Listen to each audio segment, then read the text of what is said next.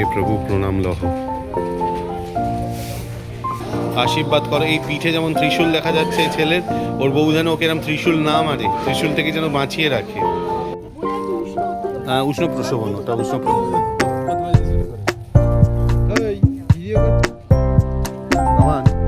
কেমন লাগছে জায়গাটা?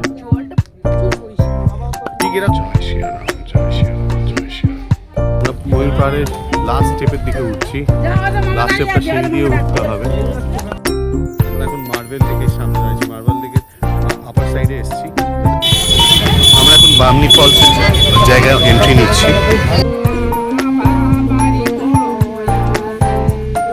তুলগা ড্যামে আজকে আমাদের লাস্ট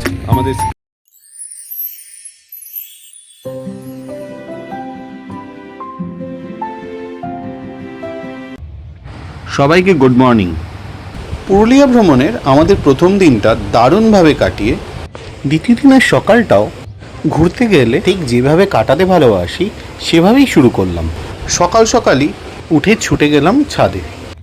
ছাদের ডান দিকের এই অংশটা থেকে সুন্দর পাহাড়ি ভ্যালি আর পাহাড়ের আঁকাবাঁকা রেখা স্পষ্ট দেখা যায়, কিন্তু আজ ভোরের কুয়াশার চাদর যেন তাকে খানিকটা আড়ালে করে রেখেছে। তবে একদম সোজা তাকালে যে পাহাড়টা দাঁড়িয়ে আছে কুয়াশার মাঝে, তার অপরূপ রূপ কিন্তু কোনো অংশেই কম নয়, সত্যিই অপূর্ব। সকালের এই স্নিগ্ধ রূপ দেখে মনটা একদম ফ্রেশ হয়ে গেল। এরপর ঝটপট ব্রেকফাস্টটা সেরে আমরা বেরিয়ে পড়ব আমাদের দ্বিতীয় দিনের অ্যাডভেঞ্চারে। চলুন আজকের যাত্রাটা এবার শুরু করা যাক। ব্রেকফাস্ট শেষ করেই আমরা সোজা রওনা হলাম আজকের প্রথম গন্তব্য ঐতিহাসিক লহরিয়া শিব মন্দিরের উদ্দেশ্যে। কিছুটা আঁকাবাঁকা পথ পেরিয়ে খুব অল্প সময়ের মধ্যেই আমরা পৌঁছে গেলাম সুন্দর প্রাকৃতিক পরিবেশে ঘেরা এই মন্দিরে। আমরা নেমে গেছি। আমাদের আজকে সেকেন্ডের ফার্স্ট পয়েন্ট হচ্ছে লহরিয়া শিব মন্দির। সবাই আগে হেঁটে যাচ্ছে। লহরিয়া শিব মন্দিরের প্রবেশের আগেই ঠিক পাশেই আরেকটি মন্দির চোখে পড়ল। জানতে পারলাম এখানে ভক্তি সহকারে পূজিত হন শ্রী রামচন্দ্র, সীতা দেবী এবং হনুমানজি। পৌরাণিক বিশ্বাস অনুযায়ী বনবাসকালে শ্রীরাম ও সীতা এই অযোধ্যা পাহাড়ে অবস্থান করেছিলেন। তাদের এই স্মৃতির টানেই মূলত এই সুন্দর মন্দিরটি গড়ে উঠেছে। হে প্রভু প্রণাম লহ।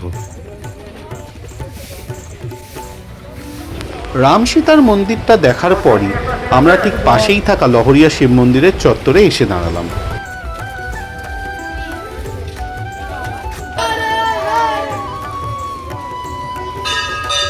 नमो पार्वती पते, हर हर महादेव की जय। ओम नमः शिवाय, ओम नमः शिवाय, ओम नमः शिवाय, हर हर महादेव।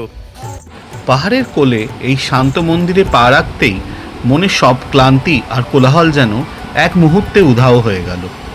চারপাশের ধূপের গন্ধ, ঘণ্টার ধ্বনি আর মহাদেবের উপস্থিতি ভেতর থেকে এক অদ্ভুত ভক্তি এবং পরম শান্তির অনুভূতি জাগিয়ে তুলল। মনে হলো ঈশ্বরের এই সান্নিধ্যেই যেন জীবনের আসল সার্থকতা। আমরা যখন মন্দিরের ভেতরে পৌঁছলাম তখন মন্দিরের ভেতরে মন্ত্রোচ্চারণের সাথে মহাদেবের পূজা চলছিল। এই দৃশ্য দেখে কিছুক্ষণের জন্য স্তব্ধ হয়ে দাঁড়িয়ে রইলাম। মন থেকে সমস্ত দ্বিধা আর ক্লান্তি যেন এক নিমিষে ধুয়ে মুছে গেল।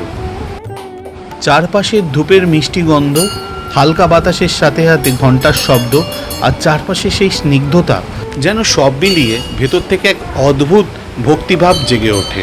শহরের হাজারো ব্যস্ততা আর মানসিক দৌড়ঝাঁপ থেকে দূরে এসে এখানকার এই পরিবেশ যেন সত্যিই মনকে এক অন্যরকম প্রশান্তি দেয়।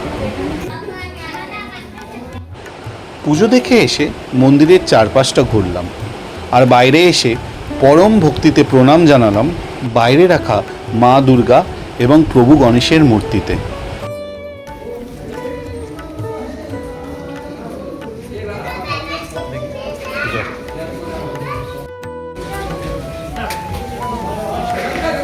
হে প্রভু, আশীর্বাদ করো এই ইয়ং লাডের জন্য একটা ভালো বউ হয়, তার সঙ্গে যেন ঘুরতে আসতে পারে, সব জায়গায় ট্রাভেল করতে পারে, ঠিক আছে? আর চিন্তা করার প্রয়োজন না হয় মায়ের, বাবাও যেন ভালো থাকে। হ্যাঁ হ্যাঁ হ্যাঁ, আশীর্বাদ করো। এই পিঠে যেমন ত্রিশূল দেখা যাচ্ছে এই ছেলের, ওর বউ যেন ওকে এরম ত্রিশূল না মারে, ত্রিশূল থেকে যেন বাঁচিয়ে রাখে। ঠিক আছে? হে মা, সহায় থাকো মা, সহায় থাকো মা, সহায় থাকো, সহায় থাকো মা, সহায় থাকো মা, সহায় থাকো মা, সহায় থাকো। আমরা চলে এসেছি নেক্সট পয়েন্টে, সীতাকুণ্ড। পৌরাণিক লোকগাথা অনুযায়ী বনবাসকালে শ্রীরামচন্দ্র, সীতা এবং লক্ষ্মণ অযোধ্যা পাহাড়ে এসেছিলেন। এখানে সীতার ভীষণ তৃষ্ণা পেলে চারপাশে কোনো জল না পেয়ে রামচন্দ্র ভূমিতে ধনুক থেকে বাণ নিক্ষেপ করেন। সেই বাণ ভেদ করে ভূগর্ভ থেকে জলধারা বেরিয়ে আসে এবং সীতার তৃষ্ণা মেটে। সেই থেকেই এই কুণ্ডের নাম সীতাকুণ্ড। প্রথমে আমি ভেবেছিলাম এই সীতাকুণ্ড সম্ভবত একটি উষ্ণ প্রসবন, কারণ বাইরে থেকে দেখলে মনে হয় জলটা যেন টকবক করে ফুটছে। তবে বিজ্ঞান মত অনুযায়ী উষ্ণ প্রসবন, ওটা উষ্ণ প্রসবন। এটি কিন্তু কোনো উষ্ণ প্রসবন নয়, বরং তলদেশের পাথরের ফাটল দিয়ে ক্রমাগত ভূগর্ভস্থ গ্যাস জলের মধ্যে দিয়ে উপরের দিকে উঠে আসে।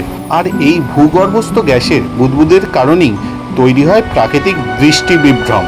যদিও স্থানীয় মানুষ এবং ভক্তদের কাছে সীতাকুণ্ডের জল অত্যন্ত পবিত্র এবং অলৌকিক মহিমাময়।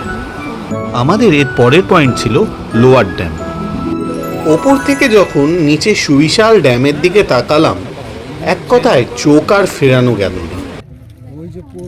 চারিদিকে সবুজ প্রকৃতির বুক চিরে বয়ে চলা শান্ত স্নিগ্ধ জলরাশি এক অপরূপ এবং অপার্থিব সৌন্দর্যের সৃষ্টি করেছে।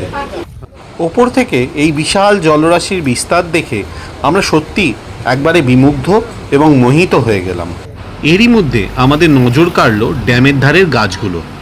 সেখানে তখন গাছের ডালে ডালে আপন খেয়ালে ঘুরে বেড়াচ্ছিল একদল হনুমান। তবে তাদের মধ্যে সবচেয়ে বেশি নজর কাটল একটা পুঁচকে বাচ্চা হনুমান। এক ডাল থেকে আরেক ডালে তার প্রাণবন্ত লাফালাফি আর তার মিষ্টি দুষ্টুমি পুরো পরিবেশটাকে এক নিমিষে আরও সজীব করে তুলল। লোয়ার ড্যামের রূপ দেখে চোখ জুড়োনোর পর এবার আমাদের গাড়ি ছুটে চলেছে পুরুলিয়ার অন্যতম সেরা আকর্ষণ আপার ড্যামের উদ্দেশ্যে। গাড়ি যতই এগোচ্ছে ততই যেন রোমাঞ্চ বাড়ছে। দেখুন, আমাদের গাড়ির ডান দিকে চোখ মিললেই দেখা যাচ্ছে আপার ড্যামের সুবিশাল জলরাশি। পাহাড়ের কোলে এত বড় আর এত শান্ত জলাশয়, গাড়ির জানলা দিয়ে এই অদ্ভুত দৃশ্য দেখতে দেখতে যাওয়ার অনুভূতিটা সত্যিই অসাধারণ।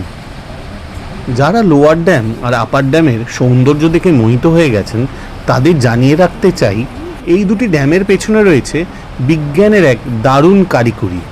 এই আপার ড্যাম আর নিচে আমরা যে লোয়ার ড্যাম দেখে এলাম, দুটো মিলিয়ে তৈরি হয়েছে পুরুলিয়া পাম্পড স্টোরেজ প্রজেক্ট বা পিপিএসপি, যার মোট ক্ষমতা 900 মেগাওয়াট।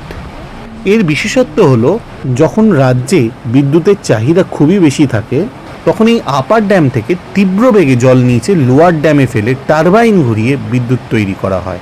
আবার রাতে যখন বিদ্যুতের চাহিদা কমে যায় তখন অতিরিক্ত বিদ্যুৎ ব্যবহার করেই লোয়ার ড্যামে সেই জলই আবার পাম্প করে পাহাড়ে তুলে এনে রাখা হয়।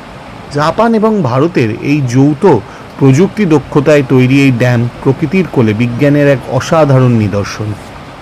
এখানকার জল এত পরিষ্কার আর টলটলে যে দেখলেই প্রাণ জুড়িয়ে যায়। শান্ত নীল জলের ওপর রোদ পড়ে অদ্ভুত মায়াবী পরিবেশ তৈরি করেছে। চারপাশের এই চমৎকার রূপ ফ্রেমবন্দি না করে তো থাকা যায় না, তাই আমরা সবাই মিলে মনের মতো করে কিছু ছবি তুলে নিলাম স্মৃতি হিসেবে ধরে রাখবার জন্য। তবে চমক কিন্তু এখানেই শেষ নয়। এক পাশে যেমন শান্ত ড্যামের জলরাশি, ঠিক তার উল্টো দিকে ঘুরলেই দেখা যায় আমরা আসলে কতটা উঁচুতে উঠে এসেছি। নিচে তাকালেই চোখে পড়ে গভীর খাদের মতো ঢালু জমি, যতদূর চোখ যায় শুধুই রুক্ষ সবুজ পাহাড় আর ঘন জঙ্গলের বিস্তার। এর মাঝেই আমার উপর পড়ল সবচেয়ে গুরুত্বপূর্ণ এবং গুরুদায়িত্ব। ক্যামেরাম্যান হিসেবে আমার স্ত্রী এবং আমার দুই শালির সিনেমাটিক স্লো মোশন শট নেওয়ার কার্যভার এসে পড়ল আমার উপর।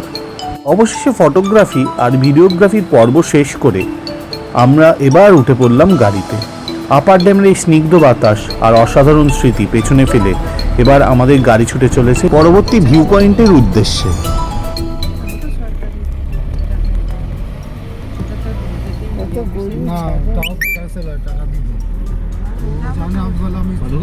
এরপর আমরা পৌঁছলাম আদ্যা মায়ের মন্দিরে। সেখানে প্রদীপ নাকি কোনোদিন নেবে না, তবে আসল বাস্তবতা হলো মন্দিরের সেবায়িতরাই 24 ঘন্টা পালা করে তেল ঘি আর সলতে পাল্টে এই আগুনটি বাঁচিয়ে রাখেন। এটি কোনো অলৌকিক বিষয় নয়, তবুও বছরের পর বছর এখানকার সেবায়িতদের নিষ্ঠা এবং মানুষের এই বিশ্বাসই এই মন্দিরকে বিশেষ করে তুলেছে। এই মন্দিরের ভেতরে ক্যামেরা অ্যালাউড নয়, তাই আমরা ভেতরে কোনো ছবি তুলতে পারিনি। এরপর আমরা এসে পৌঁছলাম অযোধ্যা পাহাড়ের অন্যতম পবিত্র জায়গা শ্রীরাম এবং মা সীতার মন্দিরে, যাকে পুরুলিয়ার লোকেরা অযোধ্যার রাম মন্দির বলেও ডেকে থাকেন। পুরুলিয়ার এই অযোধ্যা পাহাড়ের নামের সঙ্গেই জড়িয়ে আছে রামায়ণের গভীর ইতিহাস।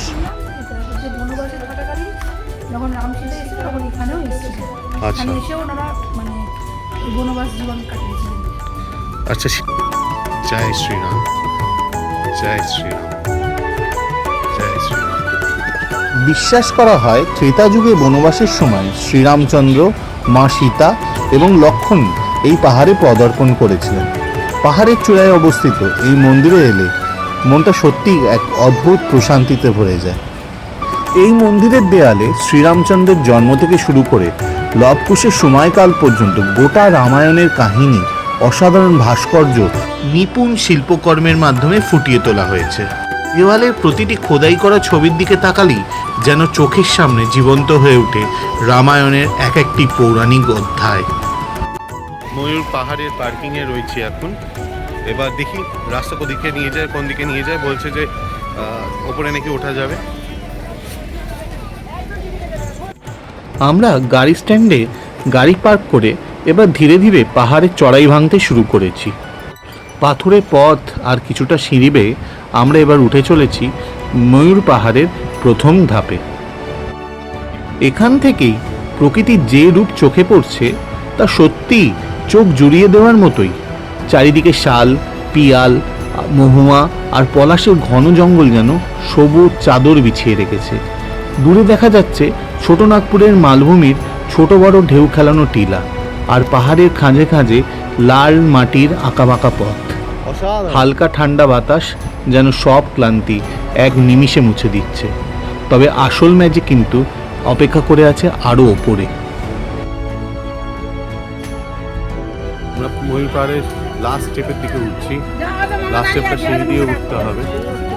প্রথম ধাপে সৌন্দর্য উপভোগ করে এবার আমরা সিঁড়ি বেয়ে উঠে চলেছি ময়ূর পাহাড়ের দ্বিতীয় ধাপে। চড়াইটা খুব বেশি খাড়া নয়, তাই পরিবারের সবাইকে নিয়ে অনায়াসেই ওঠা যায়। চারপাশে পাহাড়ি পাখির ডাক আর পাতার মর্মর শব্দ, আর ঠিক মাথার উপর দেখা যাচ্ছে ময়ূর পাহাড়ের সেই বিখ্যাত ওয়াচ টাওয়ার।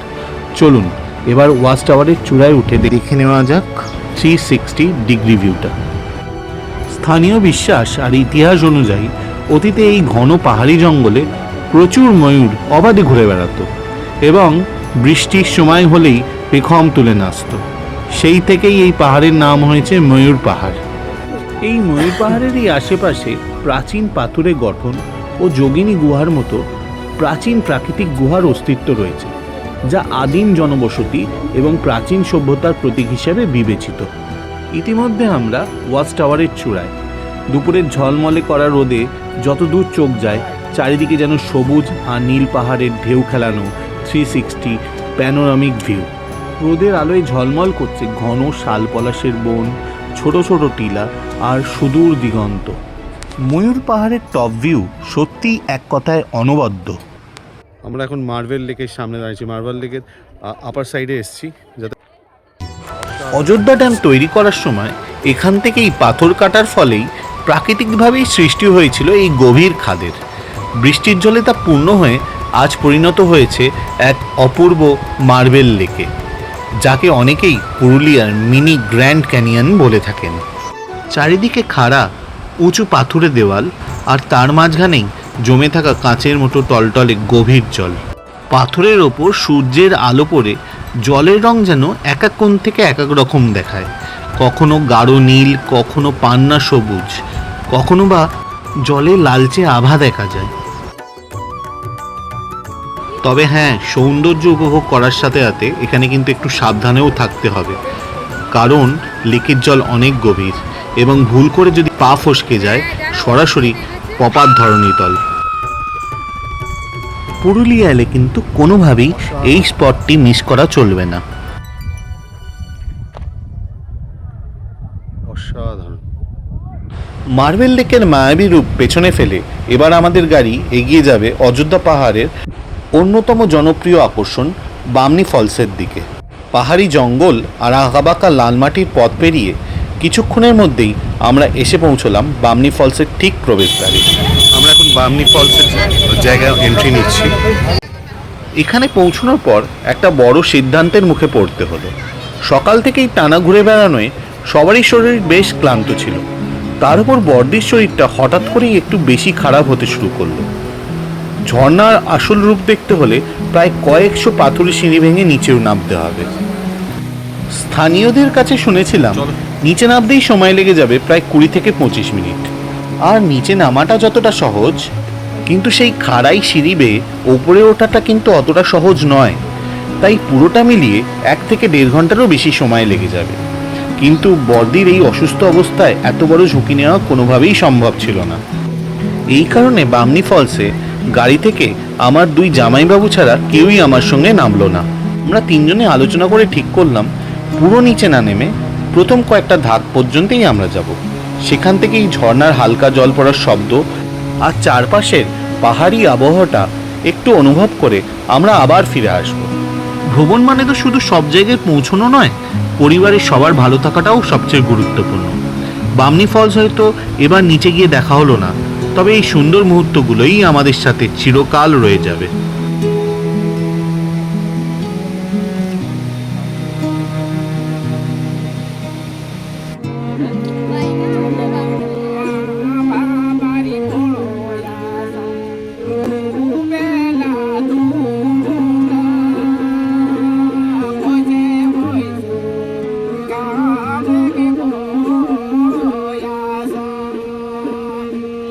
আছি তুর্গা ড্যামে। আজকে আমাদের সেকেন্ড ডে পুরুলিয়ার ভিজিটের। আজকে আমাদের লাস্ট সাইট সিন এটা।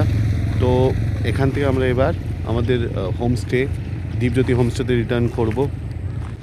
আমাদের আজকে দ্বিতীয় দিনের ঘোরার প্ল্যানিংয়ে পুরুলিয়ার সেই বিখ্যাত সুইসাইড পয়েন্ট বা মুরগুমা ড্যাম যাওয়ার কথা ছিল, কিন্তু হঠাৎ করেই বর্দির শরীরটা একটু বেশি খারাপ হয়ে পড়লো। এমতো অবস্থায় আমরা পুরো পরিবার ঠিক করলাম আজ আর নতুন কোনো স্পটে না গিয়ে এই তুর্গা ড্যাম দেখেই আমরা আমাদের হোমস্টেতে ফিরে যাব।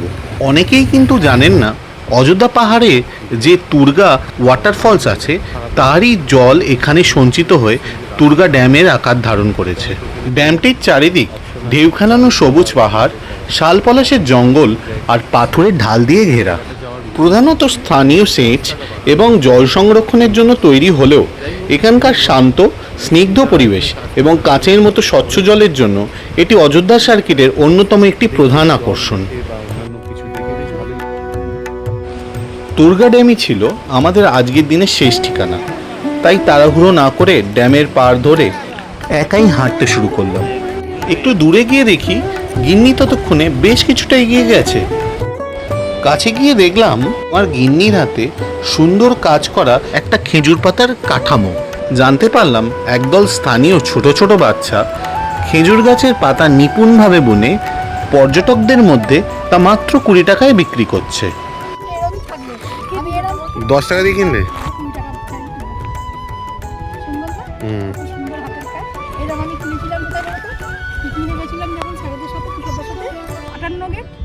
ওখানে গেছিলাম, ওখান থেকে ধার দিয়ে এই ভিডিওগুলো 50 টাকা না 1 টাকা করে সব কিনেছিল। আমি কিনিনি, একজন কেউ একটা গিফট করেছিলাম দেখি। সুন্দর সুন্দর দেখতে পাতা পাতা আরে কি পাতা জানি না সেটা কি পাতা। বাচ্চাগুলো করেছে হাতের কাজ কত সুন্দর করে। বোটাই বানিয়েছে। এই যে এই পাতাগুলো নিয়ে যাচ্ছে, যে পাতাটা সেই পাতা দিয়ে দিয়ে সামনে এটা কি পাতা রে বাবু?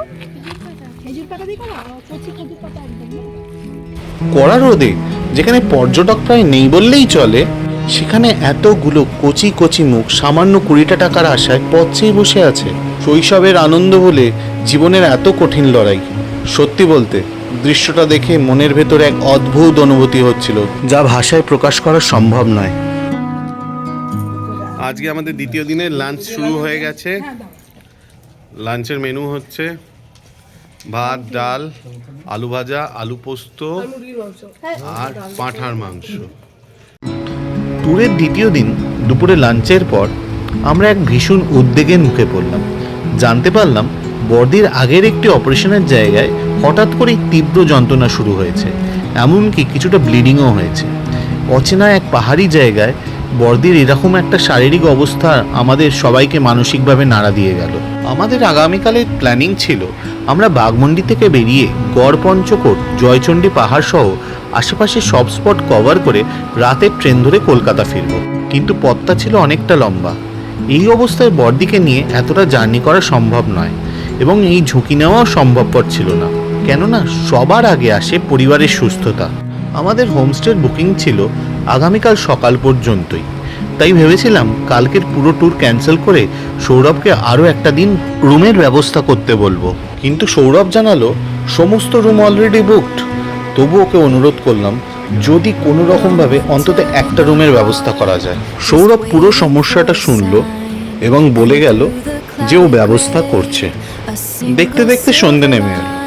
সৌরভ এসে আমাদের আশ্বস্ত করলো যে ও আমাদের থাকার একটা ব্যবস্থা করে ফেলেছে এবং সঙ্গে অনুরোধ করলো পর্যটকদের জন্য যে বিদায় উদযাপনের ব্যবস্থা করেছে তাতে আমাদের সবাইকে যোগ দিতে।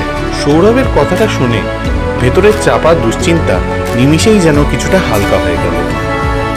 এতক্ষণ উদ্বেগে আমাদের সবার মনটা যেভাবে ভারী হয়ে উঠেছিল, পলকের মধ্যেই তা হালকা হয়ে গেল, যেন আমরা নতুন করে প্রাণ ফিরে পেলাম সবাই।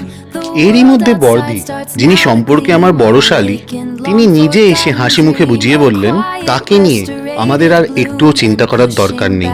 বর্দি আমাদের বললেন বর্তমানের এই সুন্দর মুহূর্তগুলো মন খুলে উপভোগ করাই এখন আমাদের কাছে সবচেয়ে বেশি জরুরি। সৌরভের এমন আশ্বাস আর বর্দির এই মধুর সান্ত্বনা দুটো মিলে আমাদের পুরো পরিবেশটাকে এক মুহূর্তে আনন্দে ভরিয়ে তুলল। মনের সব মেঘ কেটে যেতেই আমরা সবাই মিলে সোজা চলে এলাম নিচের অনুষ্ঠানে। নিচে পৌঁছে উৎসবে মেতে উঠতে আমাদের আর বিশেষ সময় লাগেনি। জমজমাট খাওয়া দাওয়া, মিউজিক্যাল চেয়ারের আসর আর হাসি হুল্লোড়ে দেখতে দেখতেই কেটে গেল সময়টা। সব উদ্বেগ পিছনে ফেলে দিনের বাকি সময় যেন এক অপূর্ব আর স্মরণীয় স্মৃতি হয়ে রইল আমাদের কাছে। দীপজ্যোতি হোমস্টে এই বিদায়ীর অনুষ্ঠানে চেনা অচেনার কোনো ভেদাভেদ নেই। সারাদিনের ক্লান্তি আর দুশ্চিন্তাকে একপাশে সরিয়ে রেখে সন্ধ্যার এই অনুষ্ঠানে আমরা দীপজ্যোতি হোমস্টের অন্যান্য গেস্টদের সঙ্গে তালে তাল মিলিয়ে পা মেলালাম। সবাই জানে কাল সকাল হলেই এই পাহাড়ি মায়া কাটিয়ে যে যার গন্তব্যে ফিরে যাবে। বর্দির শরীর খারাপের জন্য আমরা জানি আমাদের আগামী দিনের সমস্ত প্ল্যানিং হয়তো ক্যান্সেল করতে হবে, কিন্তু পুরুলিয়ার এই মাটির টান আর অচেনা মানুষগুলোর হঠাৎই খুব আপন হয়ে ওঠা, এটাই তো ভ্রমণের আসল পাওনা। আমাদের আজকের পর্ব এখানেই শেষ করছি। খুব তাড়াতাড়ি ফিরব পুরুলিয়া সফরের তৃতীয় দিনের গল্প নিয়ে। শেষ পর্যন্ত বর্দির শরীর কতটা সামলে উঠল, আমরা কি আদৌ নতুন কোনো জায়গায় বেরোতে পারলাম, সৌরভ আমাদের থাকার ব্যবস্থাই বা কোথায় করলো, এই সমস্ত কিছুই আপনারা পাবেন আমাদের পুরুলিয়া ডে 3 ভিডিওতে। আমাদের সঙ্গে থাকুন, পাশে থাকুন। If you like this video, kindly like, share, and subscribe. ওই জন্য বললো আর পাচ্ছি না, ওই জন্য সৌরভকে বলা হলো, ও তো ব্যবস্থা করেই দিল আমাদের। ধর ওর লেগে যাবে আসতে।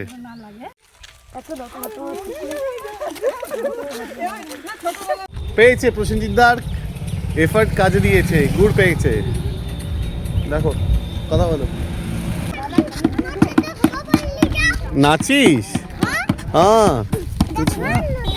না বাবা পরে আজ। ওই বাবা গণেশ বাবা, গণেশ বাবা আমাদের বিদায় জানাই তোমাদের, আবার আসবো। নতমস্তকে প্রণাম জানাই পাহাড় রানীকে। Happy marriage anniversary, my love.